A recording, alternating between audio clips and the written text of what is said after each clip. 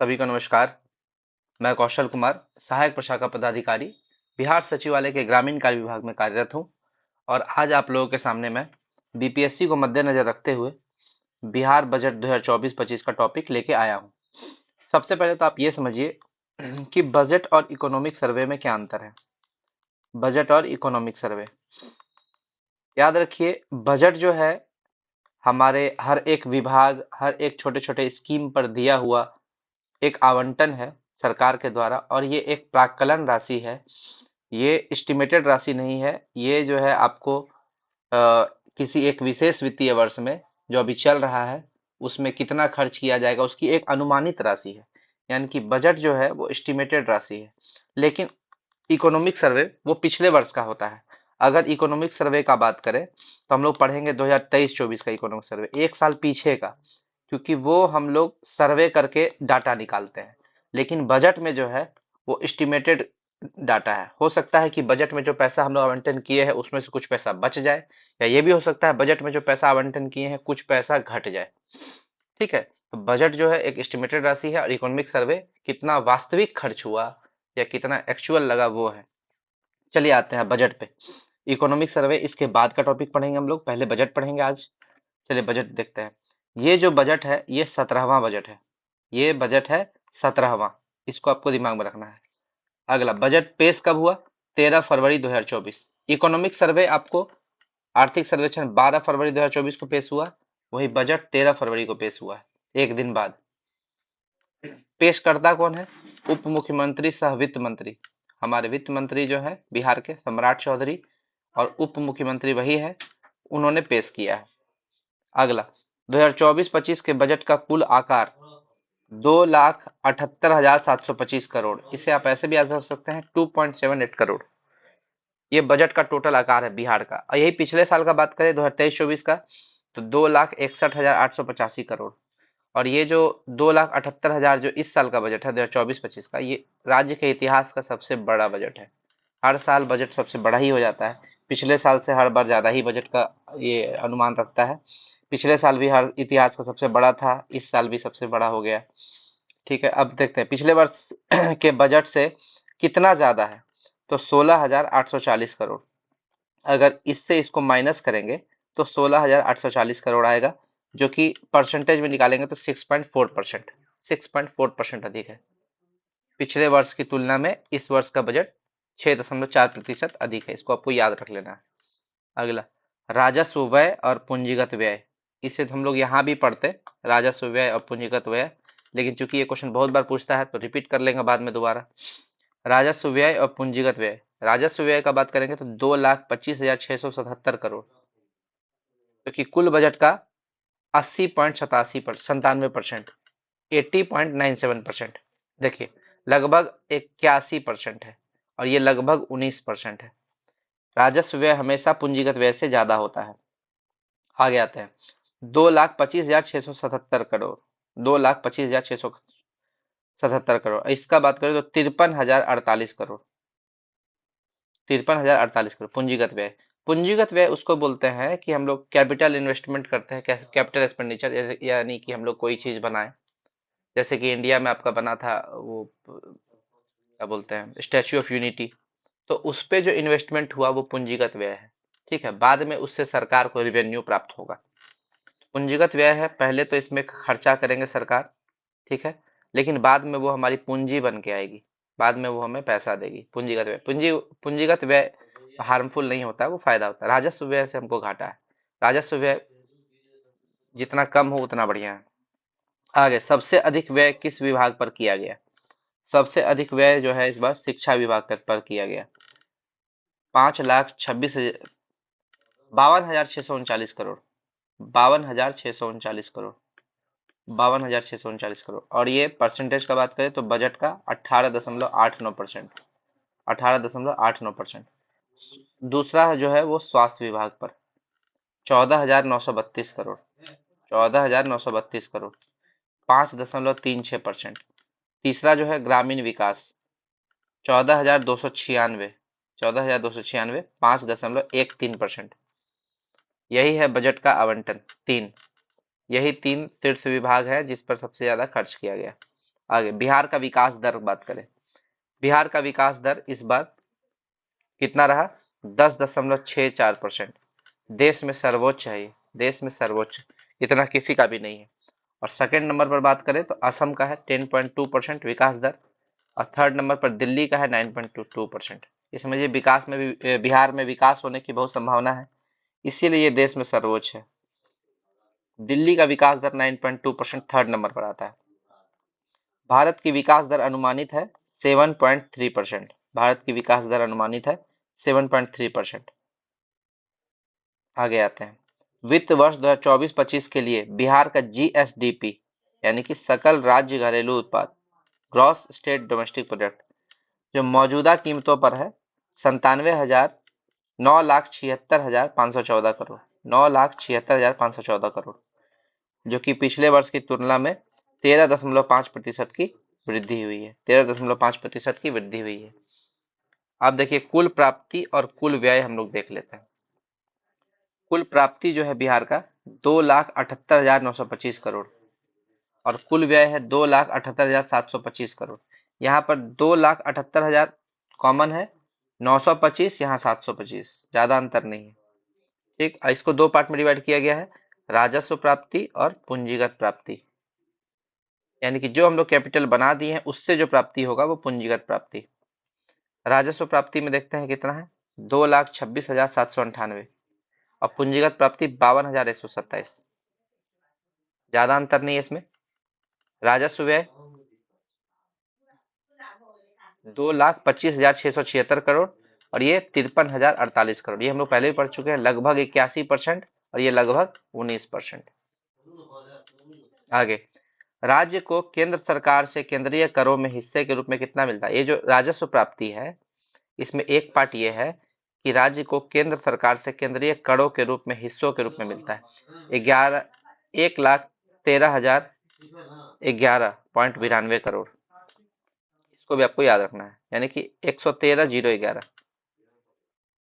राजस्व बजट जो है इस बार का वो 1,121 करोड़ है, जो लगभग 0.11% है। और राजकोषीय घाटा का बात करें, ये तो बार बार पूछता है राजकोषीय घाटा, इसको फिक्स VBI कर दीजिए। राजकोषीय घाटा कितना है? 29,095 करोड़, जो कि कुल बजट का 2.98% है, कुल बजट का 2.98% है। इसको ये यहाँ तक जो डाटा है इसको याद रखना है, बहुत जरूरी है इसको याद रखना। फिर से एक बार रिवीजन करते हैं। बजट 17वां बजट है, 13 फरवरी 2024 को आया, पेश किए सम्राट चौधरी जो हमारे वित्त मंत्री है और उप मुख्यमंत्री भी हैं। 2024-25 के बजट का कुल आकार 2,78,725 करोड़, 2.78 लाख करोड़, और यही बजट टोटल बजट पिछले वर्ष 2,61,885 करोड़ था। इस दोनों का माइनस कर देंगे तो पिछले वर्ष से 16,840 करोड़ ज्यादा है, जो कि 6.4% अधिक बोल सकते हैं हम लोग। ये डाटा आपको याद रखना है, ये परसेंटेज में भी पूछ सकता है कि पिछले वर्ष से इस बार का बजट कितना ज्यादा है। राजस्व व्यय और पूंजीगत व्यय, हमेशा राजस्व व्यय ज्यादा होता है, देखिए 2 लाख में है, ये 1 लाख भी नहीं पहुंचा, आधा लाख है, 53,000 में है। तो 2,25,677 करोड़, लगभग 80%, 81%, 80.97। और पूंजीगत व्यय 53,048 करोड़, कुल बजट का 19.03%। सबसे अधिक व्यय किया गया शिक्षा, फिर स्वास्थ्य, फिर ग्रामीण विकास, इसमें 18.89%, और ये दोनों 5 के लगभग में है। देखिए बहुत ज्यादा है इसे, 5.36%, 5.13%। और 52,000, अगर रुपए में देखेंगे तो शिक्षा विभाग पर 52,639, और ये दोनों 14,000 में है, 14,932 करोड़, 14,296 करोड़। आगे विकास दर का बात करें तो बिहार में विकास 10.64% है, मतलब 10.64%, और देश में ये सबसे ज्यादा विकास दर, इतना विकास भारत में किसी का नहीं। सेकंड नंबर पर असम है 10.2%, और थर्ड नंबर पर दिल्ली है 9.2%। और भारत में विकास का, अगर इंडियन बजट का बात करें, जब भारत का बजट पढ़ेंगे, ठीक, जिसे निर्मला सीतारमण ने पेश किया था, उसमें भारत विकास दर का अनुमानित जो है 7.3 है, तो बिहार का विकास दर सही है, अच्छा माना गया है इस बार। अगला, वित्त वर्ष 2024-25 के लिए बिहार का जीएसडीपी सकल राज्य घरेलू उत्पाद दो कीमतों पर होता है, स्थिर कीमतों पर और मौजूदा कीमतों पर। मौजूदा कीमतों पर इसका बात करें तो 9,76,514 करोड़, यही पूछता है अगर पूछेगा भी तो। और इसका अगर बात करें 9,76,514 करोड़ जीएसडीपी, ये पिछले वर्ष की तुलना में 13.5% की वृद्धि हुई है। अगला, कुल प्राप्ति और कुल व्यय, इसको आपको तीन डाटा इसमें और तीन डाटा इसमें याद रखना है। तो कुल प्राप्ति 2,78,925 करोड़ और कुल व्यय 2,78,725। ये दोनों तो एकदम आसान है।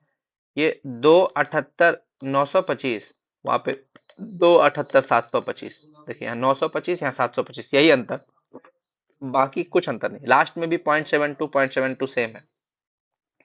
अब इधर देखिए 226, यहाँ 225, यहाँ 52, यहाँ 53, ज्यादा अंतर नहीं। 226,798 करोड़, 225,676 करोड़, 52,127 करोड़, 53,048 करोड़। और इस दोनों का परसेंटेज भी याद रखना है आपको, लगभग 81, लगभग 19। और देखिए जो प्राप्ति हम लोग को होता है, सभी स्टेट का जो टैक्स, जैसे हम लोग आईजीएसटी भरते हैं, सेंटर लेता है। और इसमें क्या है कि सबसे ज्यादा टैक्स देता है केरल, ठीक है, केरल वगैरह सबसे ज्यादा टैक्स देता है। लेकिन टैक्स देने के बाद वो हर राज्य में डिवाइड होता है, जिस राज्य का जैसा कंडीशन है। तो सबसे ज्यादा बिहार को मिलता है, ठीक है। तो लोग अपोज भी करता है इसको कि भाई कि हम लोग ज्यादा टैक्स दिए तो हमारे स्टेट को मिलना चाहिए। लेकिन केंद्र सरकार का केंद्रीय कर में हिस्सा के रूप में इसको बहुत ज्यादा बिहार को मिल जाता है। 1,13,011 करोड़, देखिए 2 लाख है ही, उसमें आधा तो इसको 1,13,000, 226 में से 1,13 इसको मिल जा रहा है, लगभग 50% टैक्स के रूप में ही मिल जा रहा है। अब बहुत अनुदान भी मिलता है केंद्र सरकार से।